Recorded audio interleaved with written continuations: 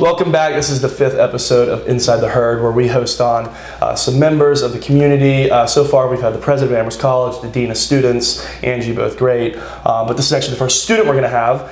This is one of my best friends, international student Oscar Gosling, co-president of the Amherst College Conservatives with me. And today we're going to kind of talk a little bit about the trouble of academia and what we're kind of doing to try to foster intellectual diversity on Amherst College specifically, and then hopefully grow that. So thanks for coming on. Why don't you introduce yourself? It's a pleasure to be here. So as Jeb said, my name's Oscar Gosling. I am an international student. You'll hear the British accent, but in fact I was raised in New Zealand. And I'm here at Amherst as a sophomore studying math and art history. I founded, alongside Jeb and Grant Decker, the Amherst College Conservatives last semester because we recognized the great gap in political discourse on Amherst campus and thought the best way to first take the step is to at least provide a space where those who are otherwise ostracized for their politics can come together and discuss that. Absolutely. So my first question is, how do you feel being an international student currently? Do you think, I'll offer your perspective, how you feel as an international student with everything going on. I feel like that's definitely a topic worth mentioning. How do you feel? Well, of course, in the news there are the cases of people, a number of students at UMass having their visas revoked. ICE coming UMass Amherst is the big college right down the road. Right. Yeah. ICE coming and snatching people off the streets. And the narrative around that is these international students are just being plucked and deported. Now, I don't feel any kind of worry for my own visa status. I'm here studying, not causing a fuss, and I think I'm respecting the bounds of my visa. That was not the case in all of those other instances. So I don't buy into the fear and the rhetoric that the left has been trying to push. Of course, it's just politicking. They don't like the Trump administration. But until I feel that fear really myself, I'm not going to buy into what's in the media. Yeah, gotcha.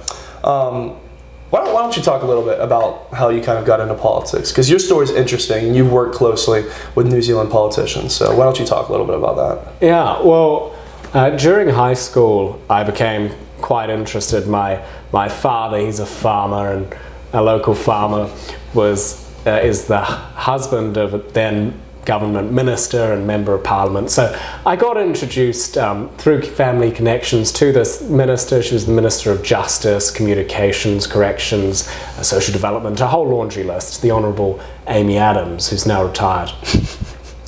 And I was excited to get in. I got on board with a new candidate, Nicola Gregg, MP for Selwyn and Minister for Women and Associate Minister for Trade and Export in New Zealand, now in the national government. But before that, I was involved on the party level, supporting her candidacy, bringing up remits for her to present to national conferences, passing those through. One I particularly advocated for was on blood donations. There was a ban on gay individuals donating blood based on the rhetoric around a higher chance of HIV, which is in fact statistically not true. So we worked to get that, and that was submitted to the Blood Commission. Then we worked towards election and got a new government in, replacing the Labour Party at the 2023 election. And so the work I'd been doing with the then Leader of the Opposition and now Prime Minister Christopher Luxon, and the former Prime Minister John Key, and a list of other ministers is now being put in place. Great. I know that we've talked about this a lot, but kind of talk a little bit about, have you noticed a difference coming from New Zealand to America in discussing politics? I mean, America's personally at least, I'm hypercritical of how we discuss politics, especially within academia. It's quite poor right now. So would you say it's the same kind of coming from New Zealand? Were you disappointed with the discussions we're kind of having, like within American universities? What do you think about that? There's so much more vitriol and polarization in America, just out the gate. You have to have an opinion on everything. And if your opinion doesn't line up with someone else's, they're no longer your friend. That's how I have experienced it. Through high school, one of my best friends was equally as involved in the opposition party, who was government at the time. And so we had that continual back and forth. And as I say, we were best friends. That was a dynamic that existed where we could talk civilly about about politics and hold that we're also both good people. That hasn't felt as much the case here. And I think with our club, we're starting to put in people's minds that that can be the case, bringing to light that these individuals exist. But there have been rhetorical barriers to begin with. For example, the liberals here, and I get told I'm not a liberal. Well, in fact, in New Zealand, I am a liberal. A liberal stands for democracy, property rights, civil liberties. And that is an undercurrent in any Anglosphere country where there's a liberal party, and that liberal party falls on the right of the political spectrum. Interesting. Okay. So, and what has kind of been your, I mean, obviously you're a conservative, but what has kind of been your felt sentiment from the left? Like how do you perceive the American liberals? Because you talk about the difference between like New Zealand, and I know obviously like the right has its issues on its own, but what do you think, or do you think it's the right kind of equally playing into like kind of these hateful college campuses? What would you have to say about that? Yeah, there's definitely a negative part played by both sides. But I've characterized before the difference. And you summed it up well in an article today about the elitism that exists in the Democratic Party and in liberal spheres, particularly in New England and the West, the East Coast. But I think the big difference is if someone on the right disagrees with someone on the left, they're going to go, I don't disagree with you, or you don't understand all the facts as I see them. If someone on the left disagrees with someone on the right, they're going to say, you're a horrible person. You should go to hell. And that's where I think the difference exists. Both sides don't particularly respect the opinions of the other. Both sides are but it's unfortunate where we've gotten. But the morality argument that comes into the left is really repulsive, I think, from a standpoint of trying to build political discourse. At least when you say, at least when the right say, you don't see it the right way as I do, the same way. You can build on that. You can find, well, how do we see it the right way? But when the left says, you're a horrible person, they're not willing. And it's hard. They're the ones putting up the walls. No, I definitely, I do think that's more true. Like, I think, because even like, I'm from the South, and a lot of the thing is, like liberals are just like, oh, they're just stupid, they don't understand, they're morons, blah, blah, blah, blah, blah. Not helpful. But I do think it is like a harder task to tackle, to talk with somebody who just genuinely thinks that you're just like an immoral person. Like it's really hard to kind of reason with somebody like that. But I know that that's something that we are especially interested in kind of breaking down at Amherst and really starting these hard conversations that nobody else in the country is having. Like that's the important thing, is like what we kind of talk about with like the issue with the right, the left, academia, like America. It's not like it's like just an Amherst thing. It's just, this is where we are at the present state, and it is particularly bad. Like I do think that it is probably worse at Amherst than other colleges. Maybe not as much so as like some of like the Ivies. I know the Ivies have gone insane. But talk a little bit about the club that we just now started this year, like the Amherst College Conservatives, and talk a little bit about kind of what our intentions were for founding it, and then what we kind of aim to do.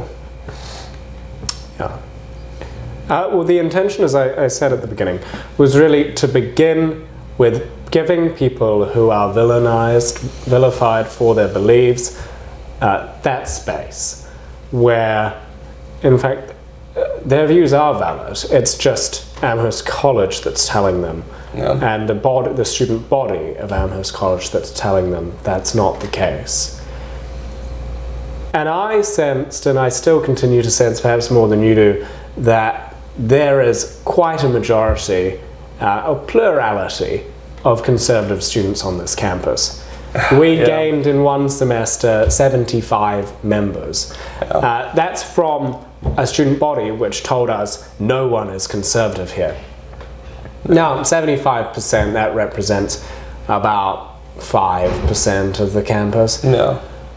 But I think those are only the ones who knew to come forward. They're ones, a lot of them on sports teams who have someone else who's also in the club and they've joined together. But I think amongst the whole student population, there is certainly more. And my estimates, between 15 to 20% of the campus. That's high. It feels this way. At least I was having breakfast with one man the other morning, and he said, I wouldn't consider myself a conservative, but I really appreciate what you're doing with the club, because it tells us that the liberals, the left-wing extremists who are pushing their narrative that they're the only opinion, he said, I don't buy that. I don't like that. I don't agree with it. And so, while I'm not a conservative myself, I'd be keen to come to your meetings. I'd like to at least know that you exist. Yeah. Well, and that's something that I think we kind of talk about, which is funny, because at Amherst, we are kind of seen. I mean, we are the most outspoken conservatives on campus. Maybe more me than you, because I've just been dragged through the mud over some articles recently. But that is kind of what I always joke about. Is wouldn't you rather know what I believe than not? But that's the thing. Well, I think therein lies the problem. But academia works to suppress any conservative thought. So then on election day, when people go into the polls, and it's it happens every single time. Every single time Trump outperforms, or every single time, just the conservative outperforms, because there is kind of this suppressed feeling of it's bad to vote for the conservative because the Democrats have kind of gained this moral high ground and villainize those who do vote for the right. But I don't know. It's just how are we ever going to work through our country's problems if we can't be honest and talk through? And my thing, I just wrote an article in the student newspaper, Amherst College is the problem with the Democratic Party. I highly encourage you guys to go read it. But one of the things I talk about is Amherst lacks a genuine curiosity to understand people who come from different upbringings or just political backgrounds from them. And that's the problem. I really, when I go into a conversation, of course I most likely think my view is correct, but I will honestly, I will sit down and I want to understand where you're coming from. Because it makes no sense. Our country will go nowhere, our world will go nowhere if we're just sitting and yelling at each other. I want to sit down and I really want to try to think, why is it that you view that way? And a lot of times I do walk away from a conversation saying, I can see where you're coming from at least. Now, obviously, sometimes I just don't think a lot of solutions are practical that the left suggests. But yeah, that's an interesting point you bring up about at least I know that you're here, because I do think I don't know about as high as 15 or 20%, but I do think there are a lot of conservative students on campus. But it's not just the conservative students. I think it's kind of the moderate students just don't say anything here, and then they go vote red. So I think that's what a lot of it is. That apathy, that not saying something, is what I want to say. It's not just Trump who's underestimated by polls. It's conservatives around the world. Yeah. International politics too. It's built into that word conservative, because conservatism is, you're not out there protesting, you're not outspoken, you conserve those beliefs, you're sure in them, you have integrity, and it's personal. I think it's not, and there's something else which I think this leads into, is an observation I've made on the way victim complexes work in America. And I think that go into that. I think that left-wing politics is so entrenched in that victim politics and identity, that it's part of who they are. And conservatives don't play as much on that. So that's why it's quiet. No. And everyone's always surprised. I mean, it's practice overseas to assume a poll is underestimated to conservatives. Of course, at Amherst, I was told before the election, oh no, even though Trump's outperforming Kamala in every poll, he's not going to win because they're overestimating him. And when I say, well, have you done any polling science? Do you understand the normal trends? They went, wow, you know. Yeah, no, absolutely. Go into a little bit more of like the identity politics, because I mean, obviously, well, not obviously, I guess you wouldn't know, but I mean, you are gay, and I mean, we've talked about this a lot. Like, I think that you kind of like take issue a little bit with how like that is kind of becoming everybody's like personality in America, or how much it becomes like a political issue when you kind of talk about internationally. It's like, it's not really a political issue. It is what it is. You want to expand on that a little bit? So I think it's really telling that a lot of gay rights movements overseas have been spearheaded, and particularly legislatively, have been passed under conservative governments. I mean, I think New Zealand, the right to gay marriage was in the early 2010s under the National Conservative government. Similarly, in Australia, under the Liberal, but that means conservative government. And so these are not politicized issues. These are not right-wing, left-wing issues. Yeah. But it plays in parties' favor to make them as such. Yeah. And so I think there are reasons why certain issues get played on a lot more in the news cycle. Yeah, of course. But not actually acted on when a government has a chance to do that in the States. I mean, I think of transgender rights, and the last administration could have encoded a lot more, but instead it politicized and used them in the media as a weaponized, you have to go vote because we're the only ones who are going to protect them. Why haven't you already? So there's that kind of malicious sort of maybe some would call it conspiracy, but I think it's just general it's just politics. No, it's just politics. Because I mean, the same kind of happens like on the right. Like the right withholds issues, like because you know they need voting things. But that is one that I have noticed. Yeah. And so in terms of gay identity, you're told, well, you're gay. Oh, well, you have to be a Democrat then, because the Republicans hate you. Just as Joe Biden said in the 2020 election, you ain't black if you don't vote for me. And it's this political monopolizing on identity, which it feels very uniquely American to me. And what I've deduced is that it comes from this victim mentality, that there's gain to be made out of how you've been done wrong. And if you think about that, it's such an unconstructive basis for politics. No. If you're constantly just basing your decisions on, I'm the victim, I've been done wrong, how am I going to get back? Rather than, my neighbor and I both want common good, let's work for it. Yeah. And so, being gay, that has been a cross-party issue in most other developed nations. Yeah. Interesting. Yeah.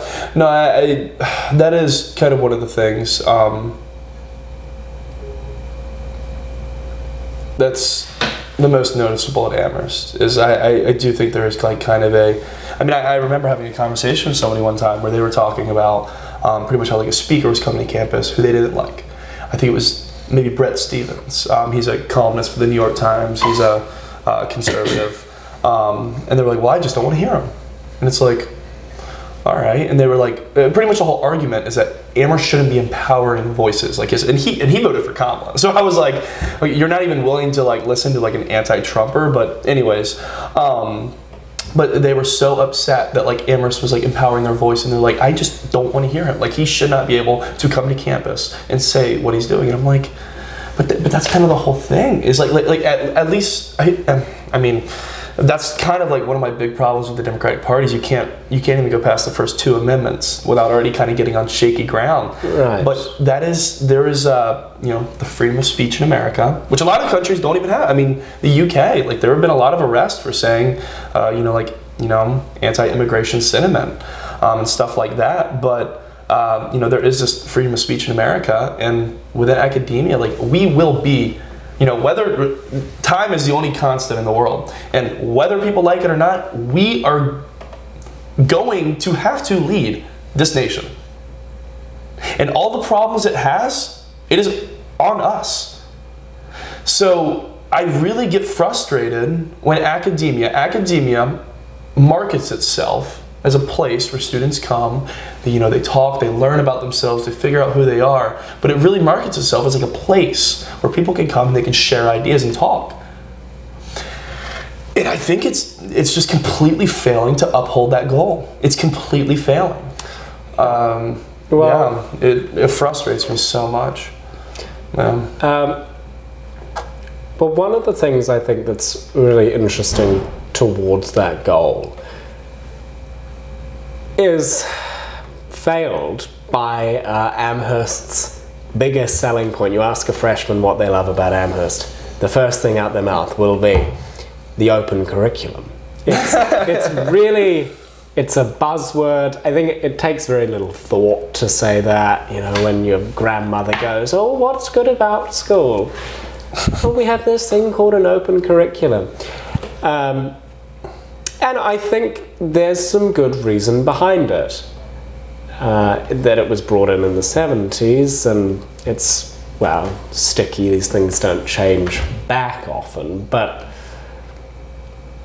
Amherst's top majors are math, economics, computer science, in combinations of the sciences, the natural sciences, physics, chemistry, biology, quantum physics, astrophysics, astrology, astronomy. Yeah. I don't think we offer astrology, actually. I think there are classes in astrology. Probably. There are. It might be in swag. I know that for a fact. It's probably in swags or something. But so the problem with that is these are kind of professional courses, or at least the way they're taught are. They're skill-based. You learn from a textbook. You have a curriculum of knowledge that is to be memorized, and you don't need to engage with that. You just need to learn it. You don't need to discuss that. The you don't need to regurgitation of information. think about what it means. And you have under the open curriculum the choice to do that. You're not forced into taking a course in philosophy, in comparative literature, in arts, in humanities, as broad as the distribution may be. You don't have any responsibility to do that in your academic time. Yeah. And that's where we're failing. Yeah. Because how are you, at an elite institution, educating the elites of tomorrow when they're simply getting the same knowledge off Chegg as someone at University of Arizona? Yeah. So why are we failing an intellectual discourse, it's because it's Doesn't unfamiliar. exist. No. It doesn't exist, and there's No. nothing pushing it. That's interesting. So I think I'm getting to your conclusion, but from a different point. Like, I'm a huge fan of the open curriculum. For those who don't understand or don't know or aren't, familiar, the open curriculum is at Amherst. You're required to take one class once you get here, which is a freshman seminar, which you can choose from like 40 options, and then you can handpick your classes from a list of like 2,000 for the rest of your time here. So you are never required. Like, it's not like you have to take one math, one English, blah blah blah blah. None of that. You get to choose every single one of your classes. But I actually like that because I always say, I see no reason in taking a class that you are not passionate about. Because once you come to college, there are like classes, like if I had to take, I did take a math class, but like if I had to take some class and some subject that I had no care for, I don't think I would be like truly passionate about it. However, I do think it is a true disservice to students who come and don't engage in the humanities. I'm a huge humanities person. I've taken a few math classes, the economics, a few, but I'm like a humanities person. That's what I want to do. I want to go into a classroom and I want to talk. I want to have a discussion. I want to talk with the teacher. I want to push back on them. Like, that's what I want to do. But I see what you're saying. I think that is, and you don't do that in a STEM classroom. That's just the reality. Not at all. I get what you're saying, yeah. Yeah, no, I definitely understand what you're saying. I think I'm still a fan of the open curriculum, but for the reasons that you're kind of talking about. But I do think you kind of have that point.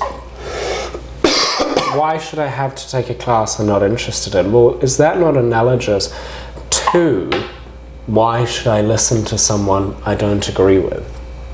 And there's a little frictional difference, but on face value, that's the culture of, I would argue, kind of academic entitlement, even intellectual entitlement, where I don't want to engage in that, I don't have to. And that's what you brew.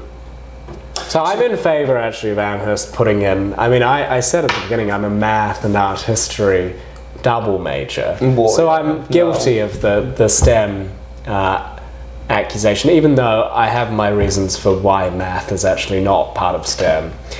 But I think a humanities preference, which is something the admissions office is considering, would be reasonable. And I didn't know they were considering that. And it's interesting. Even though it's not formal, I think it's informal for prospective students.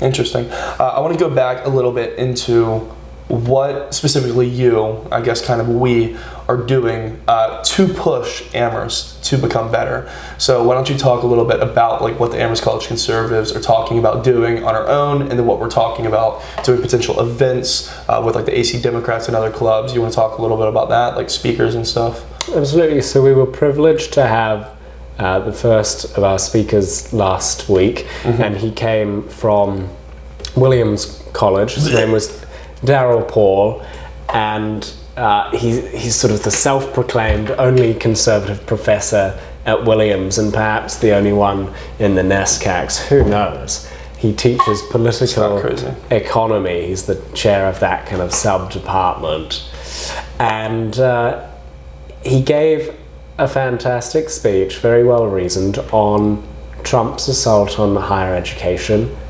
Where are we going? Why is it happening? And he quite bluntly explained, it's quite reasonable, it's revenge. People came for him, he's doing the same back, and you can say how revenge is not part of politics and how dare the right wing do that, but he didn't start it. So that was one talk that was profound and opened the minds of people from our club who didn't necessarily agree with everything he said, even though he's conservative, and people who came along who were from the left and quite enjoyed being exposed to a new perspective as well, and those who thought it was absolute rubbish and that Mr. Professor Paul should have been crucified on the first year quad. We also... I coined that term. I just want to say that. Crucified on the first year quad. Oh, did you? I did. I think... That was after my DEI article. We're following Easter, so we might remember the crucifixion. Yeah. But, and so we intend to have more speakers like that. We're in talks with getting more onto campus from other backgrounds, like those who've worked in the White House, people who work in journalism, etc. And then we also want to put on events. I know we talked about something that I'm sure a Democrats group would never touch, but is, of course, the second most important thing in America, and that's guns. And we thought we might do something around gun safety now. Yes, I really want to do that. Why would the Democrats would never touch it, because they think, again, it's morally reprehensible, it's evil. And we're conservatives, so we're pragmatic and say, well, it exists. And here's how you can do it safely, appropriately. Yeah. And so there's an educational part to our existence, there's entertainment, there's events. And I do just come back to that first point, which is presence. We are breaking the disillusion that Amherst is solely comprised of liberal students. Yeah. And that liberal voices are the only ones worth hearing. Yeah.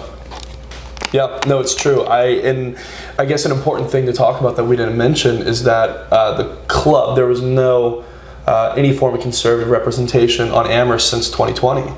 The club died out, and it took half a decade for anybody to say anything. And I think one thing that has been particularly encouraging is the amount of support that we've kind of received, even from, and I always say, like, we are both very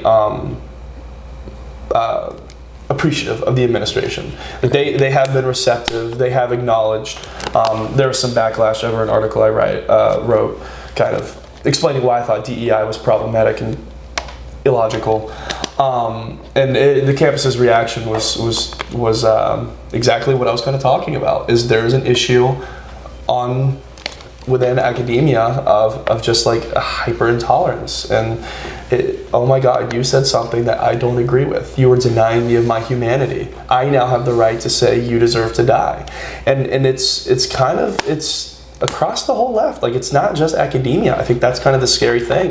We saw it in 2020 with the riots and looting and burning down of cities.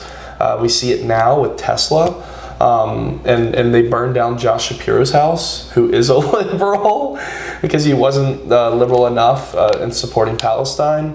And we saw it here. Like, it's not a coincidence that it happens everywhere.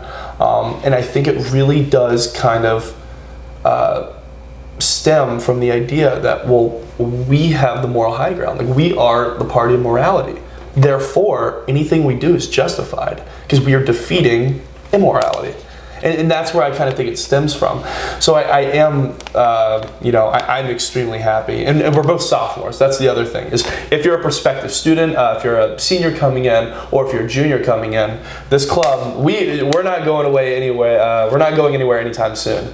So if you are a conservative student or just a moderate, that's the other thing, is I hate this idea that you can only engage with people on your side. It frustrates me so much, because some of the conversations I've gained from Amherst and some of the friends I've made that have been the most beneficial are liberals. Like, I would obviously say, like, you and obviously Marvin and a lot of my football friends are my best friends here. But I would also say, like, some key characters on campus, like Headley, Shane Dillon, Henry, I love talking to them, and I love understanding why they think what they do. And I do think there's an imbalance. I think that conservatives tend to, at least, they might be more crude and, like, their language, or calling you like a stupid, like, nickname or whatever. Like, I don't think we do the best at I guess expressing ourselves to those we disagree with. But I it's kind of what we talked about at the beginning. Like, I do think that we are just generally more open-minded and accepting of conversation. And when one party is saying like, no, you can't have those types of conversations here, I think it's self-evident. So, gotcha. Let's kind of talk a little bit. I think we can kind of wrap it up a little bit soon. But talk about how you initially got into politics here. It's kind of a funny story with the student government. It's how we kind of met and we started being friends, and look at us now. But talk about how when you first got here, what all kind of happened.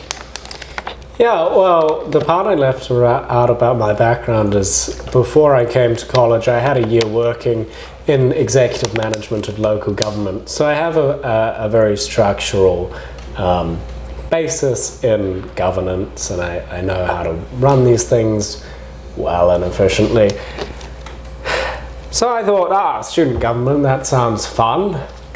We didn't have that so much. It's not like you have a class president in schools in New Zealand as you do in America. So this was really my first thought. I thought, real government, I'll give that a go. And with some friends, we put together a little coalition. It was titled MOM, Marvin, Oscar, Matters. The three of us ran together. Now, I was the only of the three elected.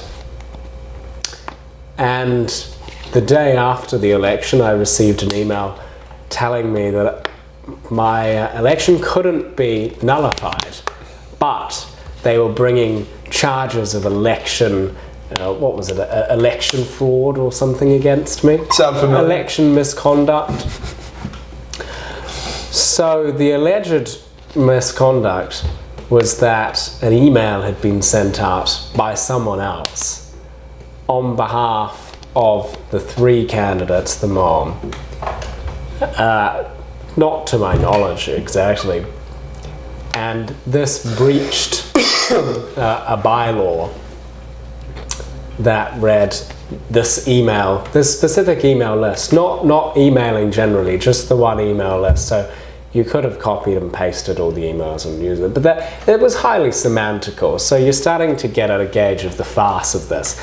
Then they pulled out the term impeachment because I was already sworn in as a senator at this point.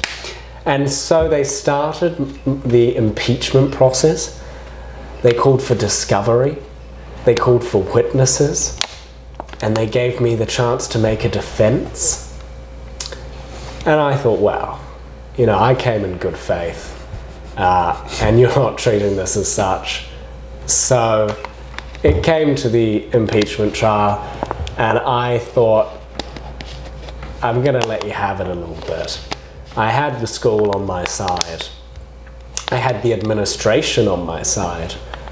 And during my defense, after hearing a prosecution, I simply gave 5 minutes of everything that was wrong with the student government and handed my resignation notice. So I maintain that I was never impeached. I did resign, and my record remains stronger for it. Yeah, no, it was definitely a funny way to meet.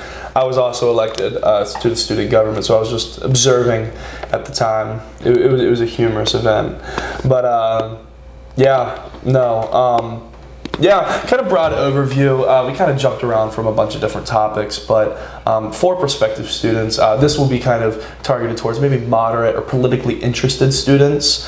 Amherst is a great place. Amherst is a great place. The current administration are good, honest people that I will say, are truly working to kind of restore what academia's intended purpose was to do, which, we are very vocal. We kind of talk about, like I always say, the best disinfectant is sunlight. Like sometimes it takes, and the other thing is, like, you will have the chance to kind of air grievances to the administration. We do it all the time. I mean, we go and talk to them. We say, hey, like, just to, bring up, like, to your knowledge, like, this is what's happening. And usually they are, like, kind of horrified. Too often I catch Michael Elliott, or he catches me out on a walk, and so we stroll together, and I'm sure he wished he was left in peace, but really he takes the feedback earnestly. Yeah. No, I mean,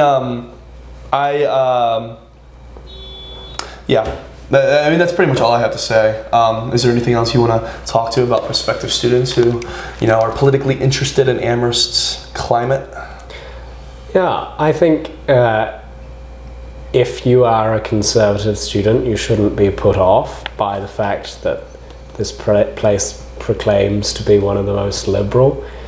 Yeah. And if you're a liberal student who's coming to a place because you feel that your liberal identity will be kept safe, I would say question that.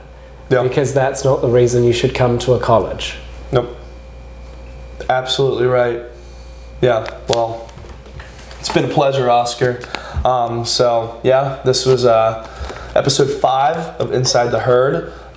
This was our first student. Hopefully we'll have on Shane Dillon. We're going to try to have him on. He's the president-elect, one of my best friends, independent, really fascinating person, financial aid student, really good guy. Came from actually just down the road, 30 minutes away, from Springfield, Massachusetts. But yeah, absolutely. If you're a conservative student here, you're more than welcome to attend Amherst College.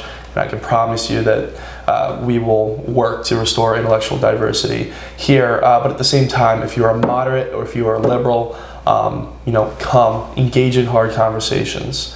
Talk to people who you don't agree with. That's okay. That's the purpose of college. That's what you're supposed to come and do.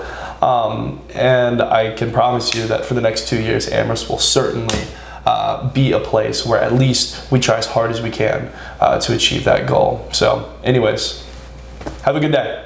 Come to Amherst.